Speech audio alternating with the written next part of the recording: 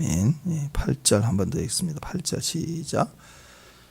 여호와께서 사탄에게 이르시되 네가 내 종 욥을 주의하여 보았느냐. 그와 같이 온전하고 정직하여 하나님을 경외하며 악에서 떠난 자는 세상에 없느니라. 온전하고 정직하고 경외하고 악에서 떠난 자.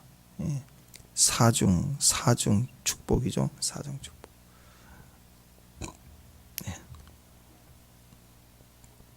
그리고 5절에 보니까 또 명수대로, 그래서 또 우리 또 명수가 있잖아요. 또 축복합니다. 성경에 박힌 이름이에요. 목사님 축복합니다. 할렐루야. 이렇게 번쩍 뜨네요, 번쩍. 자, 욥 그러면 우리가 제일 먼저 딱 떠오르는 생각이 뭐죠? 고난. 그렇죠, 고난에 대한 단어가 제일 먼저 떠오를 거예요. 욥기, 성경을 잘 모르는 사람도 욥 그러면 좀 딱 기억하는 내용이기도 하고, 또 전체 내용을 잘 모르지만 일단 고난 당했다. 그래서 또 자기 자신을 많이 이렇게 비춰보기도 하고, 또 그 과정에서 은혜를 받았다, 이렇게 흔히 말하는 내용 중에 하나이기도 합니다. 그런데 그냥 대충 다 이렇게 아는 거죠. 욥이 환난과 고난을 당했다. 그 다음에 사탄이 그것을 막 고발한 것이다. 그리고 하나님께서 결국 그 고난을 허용했고 나중에는 다 갚아주셨다. 뭐 이렇게 단순하게 이야기를 합니다. 맞죠? 그 말은 맞아요. 그런데 그 겉에 보여지는 스토리 그것만 보면 사람 인생사가 다 그렇지 않아요. 정도 차이가 있지만 지금 이스라엘이나 우크라이나에 전쟁을 통과하는 그 사람들은 뭐 우리가 생각하는 것보다 훨씬 더 큰 고난을 당한 게 맞죠. 근데 삶은 보여지는 전쟁이나 보여지지 않는 전쟁이라 다 이렇게 어렵습니다. 어려워요. 그래서 그 속에 말로 표현할 수 없는 고난의 시간들이 다 있어요. 그 내용이 다 그거예요. 그냥 어느 날 갑자기 예측치 못한 고난이 오고, 그래서 막 거기엔 사탄이 역사하고, 그리고 하나님 의지했고, 결국은 하나님이 우리에게 갚아주셨다. 뭐 이런 스토리로 본다면 다 똑같은 얘기이죠. 종류만, 시대가 다르고 종류가 좀 달라서 그렇지, 우리는 다 이런 영역들을 반복해 간다는 것입니다. 그러니까 그렇게 피상적으로 볼 게 아니라 욥기를 묵상해 가면서 우리는 그 주님의 마음, 하나님의 마음에서 이것을 이해해야 돼요. 우리 관점에서 이해하면 그냥 스토리 라인이 똑같아요. 그냥 갑자기 고난이 생겼고 사탄이 역사했고 하나님 의지했고 그리고 승리했다. 이렇게 보면 모든 성경의 뭐 기본적인 거죠. 근데 그렇게만 가면 얕아요. 은혜가 얕다고요. 근데 사탄의 마음이 아니라 하나님의 마음이, 인간의 마음이 아니라 주님의 마음으로 이 전체 과정을 쭉 보자는 거죠. 욥에 있어서 이 고난을 우리가 의인의 고난이라고 해서 의인의 고난. 의인은 뭐라고 그랬습니까? 착한 일을 한 사람이 아니라고 그랬죠. 하나님과의 관계성이에요. 관계성. 관계가 있으면 의인, 관계가 없으면 악인. 그렇게, 왜냐하면 우리 인간이 자의지로 자기 수준으로 의를 얻을 사람이 없기 때문에 의인 욥이다. 그것은 의인은 그만큼 욥이 하나님과 관계가 깊고 하나님을 의지했다. 하나님을 의지함으로 인해서 의로웠다 이거예요. 그걸 보여주고 있다라는 것입니다. 그러니까 고난도 의인의 고난이 있고 세상적 고난이 있습니다. 차이가 뭘까요? 악인도 고난이 있죠. 악인도 나름 괴롭다 이거예요. 고난당했다 이거예요. 의인만이 아니라. 근데 똑같은 인생사를 하는데 악인의 고난이 있고 의인의 고난이 있어요. 달라요. 자, 욥의 고난을 오늘 우리가 이해하는 것을 보면 욥은 첫 번째로 그냥 소유를 다 잃어버렸죠. 그리고 자녀들이 하루아침에 그냥 무슨 토네이도 같은 돌풍이 불어서 깔려서 그냥 재난을 당한 거죠. 갑자기 참사를 당하고 죽게 되고, 뭐 기가 막힌 일이잖아요. 재산도 가족도 다 잃어버렸어요. 일단 이런 재난이, 참사가 갑자기 나타나서 고난을 당했다. 이게 첫 번째고 우리가 늘 기억할 수 있는 거죠. 두 번째는 달라요. 의인의 고난이 있어요. 의인의 고난은 이게 보여지는 고난만 아니라 보이지 않는 고난이 있어요. 그건 뭐냐면 자기 생명 빼놓고 몸의 질병까지 얻어져요. 질병까지 났어요. 그러니까 뭐 악종, 종기가 났다 그랬는데 이 종기는요 특징이 뭐예요? 특징이 팔 부러졌다. 뭐 그런 거 아니에요. 계속 이제 암처럼 속이 아니라 겉으로 드러나는 계속 가렵고 진물나고 고통스러워 잠을 못 자요. 그러니까 고난이 계속되는 고난을 말해요. 차라리 죽었으면 좋겠다 싶은 지점까지. 그러니까 다른 게 다 평안하고 뭐 소유도 많고 집도 살만하고 자녀도 잘 되고 다 좋은 조건에서 몸에 갑자기 병이 와서 병치를 하고 있는 막 치료받으러 다니고 있는 그런 게 아니라 완전히 바닥까지 가서 살 이유가 없을 만큼 환난을 당한 중에 몸에 종기가 난 거예요. 그러니까 몸에 가려우니까 긁을 거에 없어서 자기 집 기와지붕 떨어진 거 그거 들고 기와장으로 긁었다고 그러잖아요. 그러니까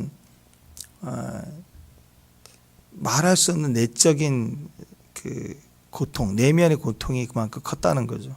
거기다가 다 잃어버렸는데 또 자기 아내는 안 떠나요. 또 아내는 안 죽었어. 아내는 안 죽었는데 옆에서 쫑알쫑알 대면서 야 하나님 욕하고 죽어라.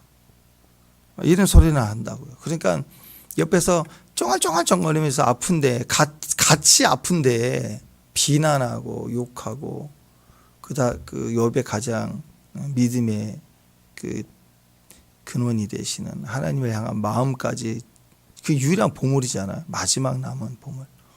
근데 그걸 비난합니다. 마지막에 비난한다고요. 그러니까 여기서 이 두 번째 고통은 의인의 고통이라고 우리가 얘기를 합니다. 의인의 고통. 왜냐하면 이 세상 마지막 때가 돼도 전쟁에 나도 악인의 고통은요. 그냥 팍 부러지고 재난당하고 죽고 끝나요. 하나님이 악인을 심판할 때는 악인에게 심판을 허락하실 때는 탁 치고 딱 죽어요. 그냥. 죽어야 될 때는 안 죽죠. 왜? 하나님 쓰시니까 일부러. 근데 악인의 고난은 그냥 하나님이 심판을 하시면 그냥 죽어요. 그냥. 근데 의인의 심판은요. 고난은 이 어려움과 환난을 당하지만 그걸로 안 죽고 겨우 물 한 방울 또 까마귀가 물어다 주는 떡, 눈물의 떡 이런 시즌들을 보내게 하시면서 안 죽어요. 절대로 안 죽어요. 근데 고난이 계속돼요. 그게 달라요. 그러니까 뭔가 하나님의 뜻이 있고 뭔가 다루심이 있고 뭔가를 계속해서 고난 중에 일을 하고 계시는 거예요. 그 일이 마칠 때까지 고난의 자리를 지키게 하는 거예요. 우리를 두시는 거예요. 광야에 두셨어요. 그 기간이 끝나야 가나안에 들어가죠. 결론은 다 회복이 됐잖아요. 회복. 그러니까 그때 그 2배 이상을 다시 회복을 받잖아요. 근데 참 여기 욥기에 나와 있는 정말 큰 하나님의 은혜가 바로 이런 거예요. 생각해 보세요. 물질이다 그러면 자 물질을 1억을 날렸어요. 내 전 재산인데. 그래서 다 무너졌어요. 근데 2억을 받았어요. 그럼 욥처럼 나중에 2억을 받았어요. 그럼 보상이 되는 거죠. 잃었다가 다시 얻은 것이 되죠. 2배가. 감사하죠. 근데 이걸 은혜다, 기쁘다 할 수 있는데 문제는 생명이에요. 생명. 자식이에요. 자식이 죽었어요. 근데 나중에 자식을 2배로 얻었다. 2명을 얻었다. 그러면 자식이 많아졌고 회복돼서 좋다. 그런데 뭔가 느낌이 그렇죠. 하나님의 부르심에 순종해 갈 때 자식을 다 잃었어요. 물질을 다 잃었는데 물질이 회복됐다 그러면 그건 회복이다 은혜다 이렇게 얘기하는데 자식인데 자식이 죽었다고요. 근데 나중에 다시 자식이 생겼어요. 쌍둥이가 생겼어. 그러면 기쁘죠. 근데 그것이 물질의 회복과는 좀 다르지 않을까? 뭔가 아프지 않을까? 이게 이게 진짜 은혜일까? 어때요? 은혜예요, 아니에요? 옛날 자식 물질하고 들리잖아요. 옛날 자식 생각날 거 아니에요. 생명인데. 그러면 이게 과연 은혜일까? 이걸 진정한 회복이라 할 수 있느냐라는 거죠. 어때요, 여러분? 근데요, 우리는 그래요. 그 뭔가 이건 아니지라는 생각을 갖는. 근데 오늘 욥기를 통해서 하나님 우리에게 하시는 건 그게 은혜라는 거예요. 그게 은혜. 그만큼 우리 안에 이게 걸려 있는 게 있다고. 욥이 받은 은혜, 욥이 받은 회복, 욥이 받은 변화, 욥이 받은 그 은혜는 하나님이 주시는 회복, 변화, 은혜라는 거예요. 우리의 개념은 아직도 우리 생각에서의 은혜는 뭐냐? 물질은 다 잃어버려도 다시 회복해 주시는 하나님. 할렐루야예요. 근데 자식은 절대 죽어서는 안 되는 거예요. 생명이니까. 자식은 거의 죽을 뻔할 때까지는 괜찮아. 근데 다시 살아나야 그게 은혜인 거예요. 그거 아니면 하나님 아니시잖아요. 이런 개념이 있다고, 인간에는. 인간의 생각이 어느 순간 모든 것이 은혜가 아니라 어떤 것은 내 뜻에 맞는 게 은혜인 거예요. 그 개념이 깨져가야 그게 욥기를 통과하는 거예요. 전적인 은혜인 거라는 거. 비단 이것뿐만 아니라 우리 안에는 수많은 우리가 생각하는, 우리가 다 하나님을 믿는다, 의지한다 하면서도 어떤 부분들은 내 아이디어가 견고하죠. 그것이 다 빠져나가도록. 그래서 욥기 시험을 보면은 나중에 이제 엘리바스나 친구들이 와가지고 막 뒤집어 놓기, 네가 의인이면 하나님은 까닭 없는 뭐 없이는 그 재앙이 임하겠느냐, 뭐 회개해야 된다 하면서 막 그 뒤집어 놓을 때 그게 뭐예요? 이 욥의 내면에 가장 깊은 곳까지 있는 그 생각의 한계들을 다 뒤집어 놓는 거예요, 다. 거기서 완전히 들춰내고 깨졌을 때, 누가 찔르지 않으면 안 올라오거든요. 이렇게 엄청나게 찔러댈 때 끝까지 견뎌내고 하나님의 이름으로 내 신앙으로 막 깨요. 친구들 이야기를 다 반박하고 깬다고요. 근데 가장 깊은 곳에는 욥도 그게 안 되는 자리가 있는 거예요. 그때 하나님이 마지막에 친구들을 보내신 게 아니라 하나님 말씀하시죠. 거기서 박살이 나죠. 그리고 나서 변화가 되는 거예요. 모든 것이 다 은혜인 걸 깨달아요. 그러니까 욥이 받은 은혜의 수준까지 우리가 이해할 수 있기를 바랍니다. 이거 이상하다. 자식은 죽었다가 다시 자식 준 게 은혜일까? 이게 이런 이상하다. 뭔가 한계를 짓는 생각에서의 어떤 은혜, 믿음, 신앙. 이게 우리 안에 있다라는 거예요. 자, 욥이 받았던 욥의 은혜, 제 첫 번째, 오늘 우리가 이 은혜를 받기를 원합니다. 첫 번째 욥의 은혜는 오늘 여기 나와 있는 게 뭐냐? 하나님이 그를 사랑스러워해요. 하나님이 그를 막 자랑스러워해요. 하나님이 욥을 막 되게 자랑스러워해요. 자, 사탄이 하나님 앞에 지 마음대로 나올 수 있을까요? 사탄이 못 나와요. 어떻게 지가 하나님 앞에 나타나요? 하나님이 주권을 가지고 부르신 거예요. 부르지 않고서는 나올 수가 없어요. 사탄이 죽으려고. 두렵고 떨릴 뿐만 아니라 나오고 싶어도 어떻게 나와요. 불의가. 하나님이 부르신 거예요. 그러니까 전적으로 보면 하나님이 우리를 볼 때 불쌍하게 보기도 하고 우리를 볼 때 참 한심하다라고 볼 수도 있겠죠. 그러면 이제 내가 좀 도와줘야 되겠다 이런 마음으로 하나님 우리를 다가와 주시는 부분도 있을 거예요. 그런데 적어도 욥이란 사람을 향해서 하나님 마음은 너무 자랑스러운 거예요. 막 자랑하고 싶은 거예요. 내 자식을 자랑하고 싶듯이. 그게 은혜라는 거예요. 은혜. 인간에게는 뭘 하나님 앞에 자랑할 만한 게 뭐가 있겠어요, 우리가. 근데 하나님 우리를 자랑스러워해요. 그리고 마음이 아니라 실제로 자랑하시는 거예요. 그래서 하나님 주권으로 사탄을 불러놓고, 야 사탄아, 이 더러운 자의 눈, 네 눈에도 욥이 얼마나 이쁘냐.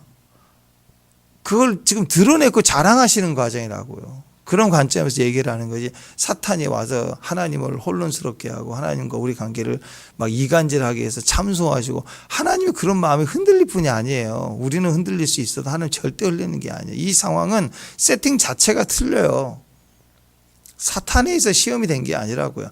하나님에 의해서 이건 자랑으로 하나님이 사탄을 불러다가 그를 자랑스럽게, 우리 얼마나 자랑스럽게 존귀하게 내가 그를 사랑하는지, 그리고 단순히 사랑의 대상, 긍휼의 대상만이 아니라 진짜 자랑스러워하는 것, 그 믿음의 신뢰성에 대한 것들을 하나님 보시고 매우 자랑스럽게 생각하신다. 그래서 하나님의 자랑이 되고, 하나님께 자랑이 되고, 하나님이 신뢰하고 계신다는 신뢰의 은혜, 이것이 욥에게 있었다는 거예요. 그래서 8절 말씀의 그 내용이, 이게 지금 보세요. 막 1절, 2절, 4절, 3절, 4절 막 사중으로 그냥 이렇게 사중 오케스트라로 그냥 겹겹으로 이렇게 축복을 해 주시잖아요. 자랑하잖아요. 야, 그 온전함 봤냐? 2절. 야, 그 정직함, 그거 얼마나 대단하지. 3번. 경외함. 4절. 악에서 떠남.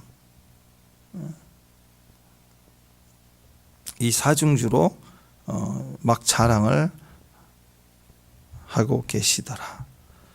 하나님께서 어떤 사람은 막 드러내놓고 사탄에게 막 자랑하고 싶어하는 그런 사람이 있다라는 거예요. 당연히 믿음이 큰 사람이겠죠. 지금 사탄 불러다 놓고 너 이런 믿음 받느냐? 너도 시험에, 사탄 너도 사람들을 시험하라고 돌아다니는 놈들 아니야. 그죠? 시험하는 자니까. 근데 그들도 믿음을 보고 시험할 거 아니에요. 믿음이 없는 놈을 시험하지 뭐 믿음 있는 사람을 시험하겠어요? 근데 그러니까 네가 더 잘할 거 아니니 하면서 이 욥의 모습을 네가 봤느냐, 얼마나 대단하냐 하고 주님이 이렇게 우리에게 자랑스러워하는 모습을 보이시더라. 그래서 하나님이 믿음의 대표자로, 삶의 믿음, 이것은 종교적 믿음이 아니죠. 예배당 안에서만 있는 믿음이 아니에요. 삶이 그랬다는 거예요. 그러니까 믿을만 하다는 거죠. 얼마나 신뢰했는가. 다윗처럼 삶에서의 하나님을 향한 예배자. 다윗은 성전에 가지 못하는 동왕자로 전락했을 때도 끊임없이 하나님을 향하여 예배를 드렸잖아요. 예배자의 삶을 산 거예요. 욥을 그렇게 믿음의 대표로 또 자랑스럽게 그렇게 생각을 했다는 것입니다. 그게 은혜이죠. 어떤 일을 하고 안 하고는 두 번째고, 일단 하나님 나를 그렇게 사랑스러워 하시는, 하나님 나를 이렇게 자랑스럽게, 하나님 나를 자랑스러워하고 실제로 이렇게 자랑하신다. 그건 여러분 전적인 은혜예요. 욥이 뛰어나서가 아니라 실제로 그렇게 욥이 할 수 있었던 건 다 은혜이거든요. 은혜. 모든 게 다 은혜입니다. 축복합니다. 하나님께서 우리를 이렇게 돌아보시고 난 다음에도 이 사람은 내가 자랑한다. 내가 참 신뢰할 만하다. 이렇게 인정을 받는다. 그게 은혜예요. 오늘 그 은혜가 있기를 바랍니다. 축복합니다. 그걸 내가 아는 거예요. 나를 인정해 주고 계신다는 걸 내가 아는. 그게 내가 사랑을 받는다는 의미죠. 내가 사랑을 받는다는 의미는 내가 아팠는데, 내가 힘든데 나를 향한 관심을 보여주고 사랑을 보여주면 그게 따뜻하잖아요. 근데 약했을 때, 부족했을 때 사랑받는다라는 느낌이 얼마나 우리에게 큰 축복입니까? 근데 평생 그러면 안 되죠. 그죠? 부모가 자식을 볼 때 얘는 막 너무 이쁜 거야. 그죠? 내가 어떻게든 보호해주고 싶고, 또 이렇게 책임져주고 싶고, 그런 긍휼의 대상이기도 하지만, 이게 40대, 50대 이렇게 나이가 든 자식이 계속 나이 들고 어른이 돼가는데도 계속 그러면 안 되겠죠. 그죠? 그때 부모의 마음은 이제 두 번째로 이 아들이 자기 역할을 해 나가고 아름답게 성장해 갈 때 자랑스럽잖아. 그죠? 그런 모습인 거예요. 욥의 그 믿음, 욥의 은혜의 수준은 일반적인 수준이 절대 아닙니다. 욥기에 있어서 이게 넘어가야 돼요. 방금 전에 그 은혜의 수준에서 물질이나 병이나 아니라 이런 회복이 아니라 죽은 사람이 죽은 것도 자기 자식도 잃은 것도 은혜고, 어떻게 잃은 것이 은혜가 되냐? 또 얻는 것이 은혜가, 이게 확실하게 선이 넘어갈 수 있을 때 이게 욥기가 우리 안에서 동일한 은혜가 돼요. 욥기를 아무리 봐도 이 부분이 걸려 있으면 겉만 이해를 하고 우리가 하나님 마음에 속한 은혜의 자리에 이르지 못하는 거예요. 그래서 오늘 저와 여러분은 이 은혜의 자리를 하나님의 관점에서 은혜의 축복으로 이해할 수 있기를 주님의 이름으로 축원합니다. 내가 고난도 없고 그냥 편탄하고 평안하다. 물론 그게 은혜인데 그럴 때는 은혜인지는 몰라요. 그냥 일상이 태어날 때부터 금수저고 고난 한 방울 없고 그냥 잘 자라고 학교 잘 다니고 좋은 학교 가고 결혼하고 쭉 이렇게 기본 가속도가 있어갖고 금수저로 쭉 간 사람들은 우리가 볼 땐 그게 은혜죠. 자기 노력으로 된 거 아니잖아요. 좋은 부모 은혜를 받는 거. 근데 그걸 은혜라고 느끼지 않고 그냥 삶인 줄 알고 사는 거예요. 근데 잃어봐야 그때 주신 건 은혜인 거라는 거예요. 그러니까 내 삶에 있어서 고난 없이 그냥 평탄하게 가는 것도 은혜죠. 은혜 받은 건데 은혜인지를 잘 몰라요. 그러나 사업도 안 되고 병도 나고 시험에도 떨어지고 결혼도 늦어지고 그런 배경에서 하나님이 주시는 거 그게 은혜예요. 그러니까 전체적인 게 은혜예요. 시작도 은혜이고 알지 못할 때도 은혜이고 그리고 끝에 하나님이 다 우리가 천국이라는 은혜의 자리를 주셨다라면 현재 병난 것도 은혜고 시험 당한 것도 은혜이고 뭔가 내가 원하는 대로 안 되는 것도 은혜가 다 은혜라는 거예요. 어제도 오늘도 영원토록 동일하시다. 그러니까 은혜라는 거예요. 그래서 우리는 현재 이 고난이라고 하는 것도 시작과 끝을 은혜로 볼 수 있으면 지금 자식 잃은 것까지 은혜가 보여야 된다. 오늘 말씀을 통해서 자식이 진짜 죽었잖아요. 10명의 자식이 죽는 게 은혜라고 은혜. 그게 정말 아멘이 돼야 돼요. 그게 욥의 자리인 거예요. 오늘 욥의 관점이 뭐냐? 내가 당하는 고난의 분량, 우리가 흔히 생각하는 거, 내 고난의 분량으로 보지 말고 나를 향한 하나님의 신뢰의 분량으로 봐야 돼요. 내 삶의 고난이냐, 이게 평탄함이냐, 이게 중요한 게 아니라 하나님이 나를 얼마나 신뢰하느냐, 신뢰하고 계시느냐, 그걸 내가 아는 거, 그것이 정말 중요한 기준이라는 것입니다. 오늘 저와 여러분에게 그 믿음이 있기를 바랍니다. 축복합니다. 그래서 우리 인생도 그렇게 볼 수 있어야 돼요. 내가 얼마나 하나님을 신뢰하느냐, 물론 100% 신뢰하느냐, 뭐 안 되겠죠. 90%, 80%, 뭐 1%, 그래도 1% 예수를 믿으니까. 물질에 대해서는 병에 대해서는 난 믿음 없어. 안 돼. 근데 예수 믿고 구원받았고 천국 가야지. 그거 하나만 있다. 그럼 그 1%라고 합시다. 근데 그 1%가 작은 거예요. 그러니까 우리가 하나님을 믿고 신뢰해야 되는데 사람마다 다르고 또 우리가 그렇게 약한 존재, 그래서 1%라고 합시다. 그럴지라도 아무 문제가 없어요. 환경이 아니기 때문에. 그것이 예수를 믿어서 구원받은 것이라면 아직 삶의 도전과 또 고난을 뚫고 나갈 믿음, 기도할 믿음, 이게 약하다고 합시다. 아직도 우리에는 에돔의 붉은 자들이 많아가지고 막 나를 붉게 만들어 올라갔다 내려갔다가 붉게 막 나도 힘들어 죽겠어 막 이런 상황이 온다 할지라도 믿음이 진짜 아무것도 아닌 사람처럼 형편없다 할지라도 그래도 내 구주 예수를 믿는다라는 것만큼은 진실하다면 축복합니다. 그 1%가 작은 게 아니라고요. 그러니까 오늘 그 관점이 바뀌어야 돼요.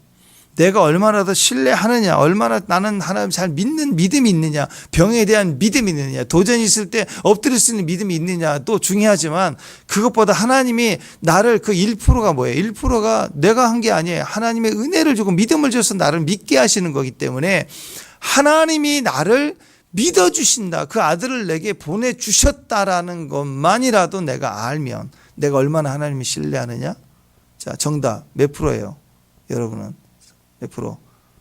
2%도 대단할 것 같은데 2%도 50% 어떤 분은 저는 99.9% 주일학교에 제일 많이 나와요. 주일학교에서는 몇 프로 정도 되세요? 그럼 저는요 99 저는 100점 막 이렇게 얘기를 하거든요. 근데 어른들은 쉽게 말이 안 나오죠. 우리 자신을 아니까. 이렇게 생각해야 돼요. 우리가 하나님을 얼마나 신뢰하느냐. 오늘 점수가 틀릴 수 있고요. 정답도 아닐 수 있어요. 근데 하나님은 우리를 얼마나 신뢰할까요? 1%? 그럼 구원 못 받아요. 하나님 우리가 아직 죄인 됐을 때 우리를 믿어줘요. 그럼 100%예요, 100%. 하나님의 100%라니까. 저는 90점이에요, 90%예요. 그 사람이 90%겠냐고요. 우리가 볼 때는 이거 너는 0.00도 안 돼. 그렇게 볼 수 있는 수도 있는 거잖아요. 근데 하나님이 그 어떤 그의 백성과 자녀들을 향한 그분의 신뢰는 100%예요.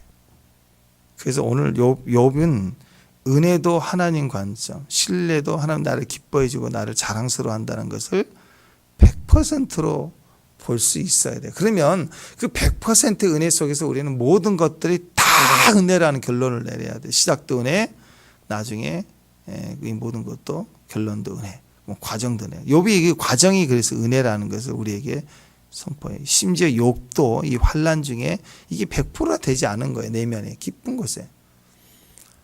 태어날 때부터 금수저였던 사람이 은혜인지는 모르는 것처럼 욥도 하나님을 의지했지만 이게 얼마나 은혜였던 것을 욥도 잘 몰랐던 거예요. 그렇지만 부모 아래서 태어난 아이들의 은혜를 받고 자란 것처럼 우리 역시 시작이 다 은혜예요. 이 땅에 태어난 것 자체가 하나님의 은혜예요. 내가 정해서 태어났나요? 다 주신 은혜이죠. 또 우리의 결론이 천국이라면 그것도 은혜이고, 이 땅을 살아가는 우리가 형편과 상황이 너무 어렵지만 하나님이 보실 때 얼마나 나를 자랑스러워 하시는지를, 내가 얼마나 은혜인 걸 알면 이 땅에서 물질 잃어버리는 것도 은혜, 또 몸에 건강 잃은 것도 은혜, 심지어는 자식 잃은 것도 은혜. 이게 다 은혜, 다 은혜. 기아장 하나 남은 것도 은혜, 옆에서 안 죽고 막 저주하는 자가 있는 것도, 그것도 가족이고 아내인데 은혜, 배신당하는 것도 은혜, 다 그게 은혜, 은혜. 오늘 이게 정말 우리 안에 확인이 되어지는 저와 여러분 됐으면 좋겠습니다. 주님이 날 믿어주신다. 그것보다 영광스러운 게 없습니다. 그러니까 하나님이 그냥 우리를 그냥 내버려 두지 않습니다. 절대로 우리는 불안하거나 걱정하지 말라는 거예요. 내가 내 사정만 생각하면, 또 내 사정 속에서 하나님을 생각하면 하나님 앞에 내가 믿음이 돼야 되는데 나는 부족하다. 하나님이 하는 사명을 해야 되는데 난 부족하다. 이렇게 가면 우리가 전적으로 우리가 승리할 수가 없어요. 누구나 다 부족하고 사람의 힘으로 할 수 있는 일이 주의 일이 절대 아닙니다. 그러니까 어떤 상황에서도 하나님이 나로 승리케 하고 나로 그 일을 가게 하시는 것을 내가 믿는 거예요. 하나님 나를 자랑스러워 하신다는 걸 아는 거예요. 그러면 하나님이 그 사람에게 피할 길도 주시고 또 이기는 길도 주시고 다 하나님이 인도해 주신다는 거예요. 그러니까 걱정하지 말라. 나를 믿어준 분이 있다니까요. 근데 그분은 전지전능하신 하나님이세요. 그리고 그 믿음의 자리의 끝은 영생이에요. 영생. 그래서 오늘 하나님이 우리를 잘 믿으신다는 것을 아는 교회, 그런 교회가 됐으면 좋겠습니다. 그러면 하나님은 다 맡겨주신, 믿는 자에게 일을 맡기죠. 아들을 사랑하지만 아들이 3살짜리예요. 3살짜리에게 원하는 거 다 주겠어요? 난간, 꼭대기 올라간다 허락하겠어요? 날카로운 면도칼 갖고 놀고 싶대. 그거 주겠냐고요? 사랑하지 않아서가 아니에요. 근데 칼을 맡기고 도장을 맡기고 그런 건 뭐예요? 믿기 때문에 그런 거 아니에요? 믿기 때문에. 그래서 성도의 삶이 이제 하나님이 자랑스러워하는 자리까지, 욥의 자리까지, 자랑스러운 자리까지 가면 시험도 맡기면, 이 시험도 맡긴 거예요. 사탄이 그러겠습니까? 깐죽대고 하니까 하나님이 욥을 믿은 거예요.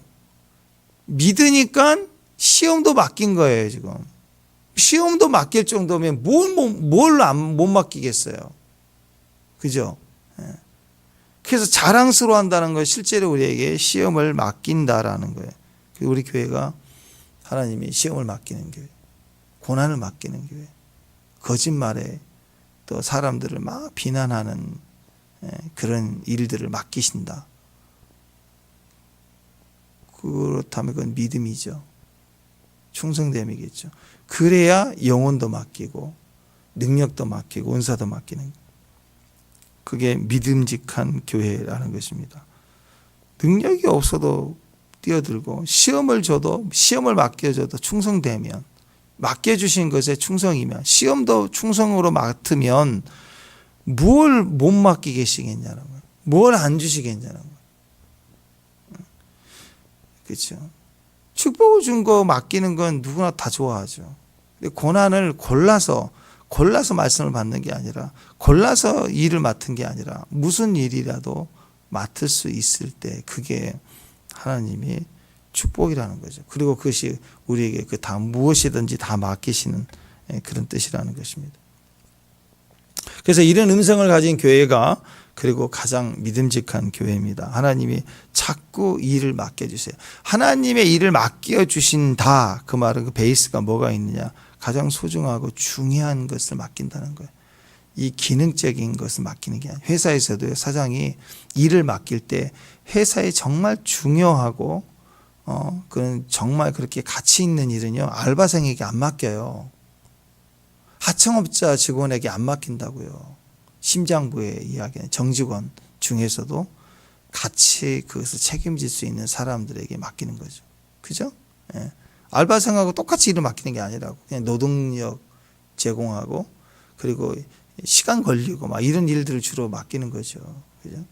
알바생이 식당 주방에 일하러 가면 뭐 거기서 주방장 일을 하게 만들까요? 아니잖아요. 그냥 그릇 닦고 뭐 서빙하고 그런 걸 알바시키는 거지. 그 비법, 며느리도 모르고 아들도 모르는 비법을 알려줄까요? 그거 잘 안 알려줘요. 그것도. 그래서 정말 중요하고 의미 있는 일들, 영혼을 맡겨주시는 일을 주시기 위해서는 영혼을 담을 그릇이 돼야 되잖아요. 그래서 하나님이 그에게 1차적으로 먼저 고난도 맡겨보는 거예요. 시험도 맡겨보는 거예요. 여러분이 교장 선생이라면 한 아이가 입학을 했는데 그 아이가 부모를 잃고 혼자 된 그 마음의 슬픔과 상처가 있는 그래서 위로가 필요한 아이인 걸 안다면 여러분이 교육자이고 그리고 그 아이의 필요를 안다면 여러분 선생님들 중에 어떤 선생님을 맡길 거예요? 달리기 잘하는 선생님? 재능이 많은 선생님? 머리가 똑똑해서 또박또박 잘 얘기해 주는 똑순이 수학 선생님? 네, 다 좋은 선생님이에요. 그러나 주로 어떤 선생님에게 여러분 맡기겠어요? 재능이 많은 게 아니죠. 제일 성숙하고 마음이 깊고 아이를 일단 품어줄 수 있고 들어줄 수 있는 그 부분에 선생님 정말 믿음직스러운 선생님에게 아이를 맡기지 않을까요? 네. 그렇잖아요. 이 아이는 지금 체육 특기생이다 그러면 위로가 필요한 선생님, 성숙한 선생님의 관점이 달라지겠죠. 또 이 아이에게는 지금 필요한 것은 운동을 탁월하게 해줄 수 있는 달리기 잘하는 선생님이 필요하겠죠. 일단. 그래서 그 상황에 맞는 선생님이 에게 이 아이가 맡겨지는 거. 그러니까 일단 영혼을 관점에서 본다면 재능이 아니잖아요. 재능은 하나님 주시잖아요. 그러니까 영혼을 맡기실 때 하나님은 어떤 사람에게 맡기는가? 제일 믿음직스러운 주님의 마음에 자랑스러운 사람에게 맡겨주신다는. 어떤 사람들은 자기 주변에 늘 아프고 힘들고 상처가 많고 이기적이고 못된 사람들. 어제 오바댜 했잖아요. 그럼 거기 보니까 맨날 에돔 사람들 같은 사람이 있는 거예요. 여기 가도 에돔, 저기 가도 에돔. 막 붉은 사람이 많은 거야. 막 여기 가도 막 혈기, 저기 가도 혈기. 악어새에 늘 흘려보고 째려보는 예루살렘 여인들 여기저기 많아요. 왜 자꾸 나한테 이런 사람을 붙여줄까? 바람잘 날이 없어요. 막 시끄러워요 그냥. 오늘 욥기 시작에서부터 그 답이 나오는 거죠. 왜 나한테 그런 일이 자꾸 일어나고 왜 그런 사람이 나에게 있을까? 하나님이 맡겨주셨기 때문에. 하나님께서 우리에게 문제 있는 것들을 왜 보내주시느냐, 왜 이것을 사탄이 그런 게 아니라니까. 오늘 욥기 시작이 사탄이 저게 하나님 이간질하고 시험을 허락했다 아니라고요. 하나님이 우리를 믿어주시고 맡겨주신 거예요. 이런 상황이 와도 우리를 믿는 거예요. 사탄이 말하는 대로 사탄이 시험을 해도 그렇게 되는 게 아니라 하나님이 내가 믿는 대로 네가 그렇게 할 것을 아는 거예요. 그래서 우리에게 맡겨주신 거예요. 고난도 맡겨주신다. 디모데전서 1장 12절 보면 나를 능하게 하신 그리스도 예수 우리 주께 내가 감사함은 나를 충성되이 여겨 내게 직분을 맡기심이니. 축복합니다. 충성되게 여기다, 파스토스, 이게 대상이 믿을만하다, 신실하다, 신뢰할 만하다, 뭐 그런 건데, 신실하다 그런 뜻인데, 이건 참과 거짓을 확신하는 거. 내적인 확신이, 내적으로 이건 확신이 가는 거. 이 페이도란 단어에서 나왔어요. 그러니까 충성되게 여긴다는 것은 누가 뭐라고 그래도 내 안에 확증을 가진, 정확하게 판단이 된 참과 거짓을 정확하게 아는 하나님의 분별력으로 믿어주는 거예요. 그냥 정으로 믿는 게 아니라 우리가 남이가 그게 아니라 딱 그냥 믿는 거예요. 내 안에 확증으로 믿어주는 거예요. 그런 믿음으로 우리를 믿어줘서 그래서 직분을 맡기셨다 이거예요. 어떤 사람들은 이것을 깨닫지 못하니까 우리가 불평하기 시작합니다. 하나님 이제 좀 저를 그만 믿어주세요. 그만 믿어주세요. 이제는 좀 나이스한 사람 좀 그럴 만한 사람 좀 보내주세요. 맨날 같이 헷갈리네요. 이렇게 하나님이 하나님께 기도하는 사람이 있더라는 거죠. 근데 그게 아니에요. 하나님께 오히려 고난 중에 더 보내달라고, 더 부어달라고. 내게 필요한 것은 더 좋은 사람이 아니라 내가 그들을 감당할 수 있는 주님의 더 은혜가 필요하다고. 주님의 은혜면 누구든 괜찮다고. 그렇게 그 사람이 문제가 아니라 하나님과 관계에서 풀어갈 수 있는 게 믿음의 종이죠. 나만 성숙하고 주변에 아무도 없으면 그게 무슨 성숙이야. 나만 성숙하고 내 주변에 내가 돈이 있고 권력 있으면요, 그걸 좋아하는 사람은 붙는다고요. 그 사람들은 나에게 악하게 대하겠어요? 다 선하게 대하지.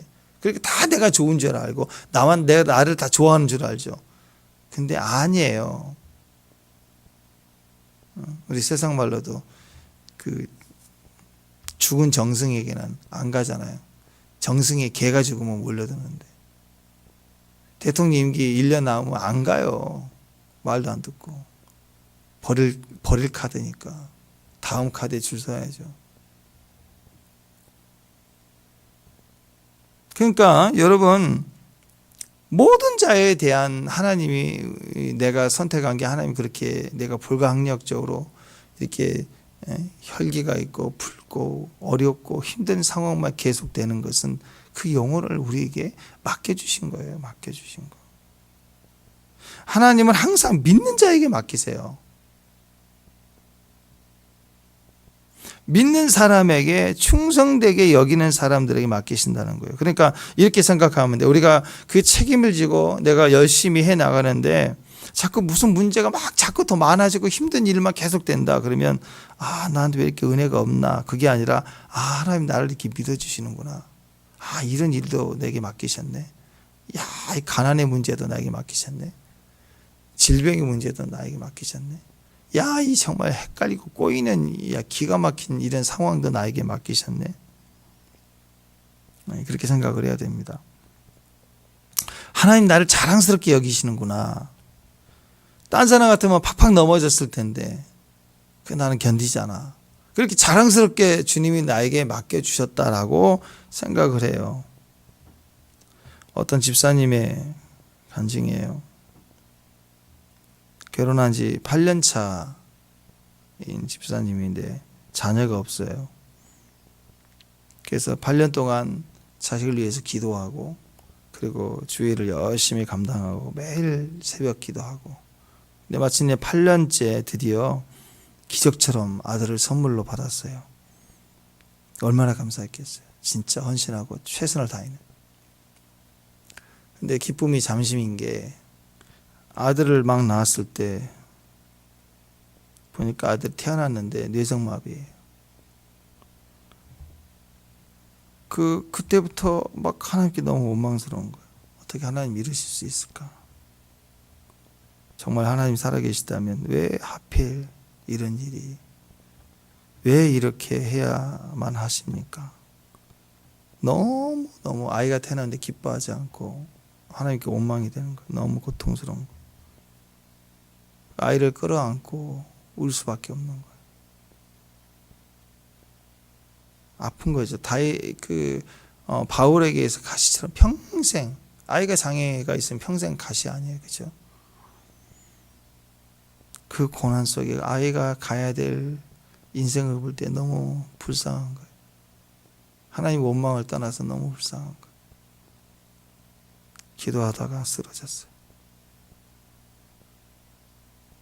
쓰러져서 고통스럽게 울음도 안 나오는데 그때 주님이 마음에 말씀을 하시더래요.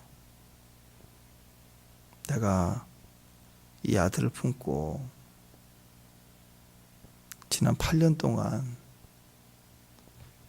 전 세계를 다니면서 이 아이를 누구한테 맡길까? 누가 이 가시를 감당할 수 있는 사람이 누굴까? 아무도 없더라. 그래서 내가 너를 선택했다. 너라면 감당할 수 있지 않을까? 그래서 그게 이제서야 내가 너에게 맡겼다라는 음성을 듣고 정말 감사하고 기뻐하고 그렇게 간증한 걸 봤는데, 그리고 그 아이가 점점 좋아졌어요. 그리고 나서 원래 좋아지고 안 좋아지는 걸 떠나서 신앙의 핵심은 그거죠. 고난도 질병도 맡겨주신 거예요. 그러니까 악인에게 질병의 고난이 오면 그걸 팍 죽는다고요. 그냥 이렇게 난간에 올라갔다 툭 떨어졌는데 다리가 발병 나갖고 지 아버지보다 더 악했던 놈도 그냥 발병 나서 2년 만에 죽어요. 그냥 시름시름 앓다가 한 방에 그냥 가는 거예요. 아프면 작은 거 하나 맷돌 맞고 죽고 그냥. 근데 의인의 고난은 계속 암이 생겨도 안 죽어. 또 작은 감기 같은 게 끊어지지 않도록 계속 고통스러워. 말할 수 없으면 고통스러운 거예요. 물질이 그래요. 자식이 그래요. 평생 왼수도 그런 왼수가 없고. 왜 그래요? 맡겨주신 거예요.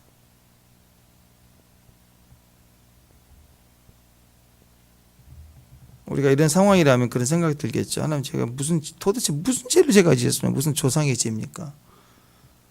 그런 생각이 안 들겠어요. 제가 뭘 잘못했다고? 왜 자꾸 저한테 왜 이러시냐고. 근데 기도하는 가운데 그 음성이 그랬다는 거예요. 고맙다고. 이 연약한 아이를 내가 누구한테 맡길까? 나 8년 동안 찾았는데 없더라. 네가 인내할 줄 알고 네가 나를 신뢰하고 나를 의지하는 너에게 내가 맡길 수밖에 없다. 너밖에 이 아이를 맡길 수밖에 없다.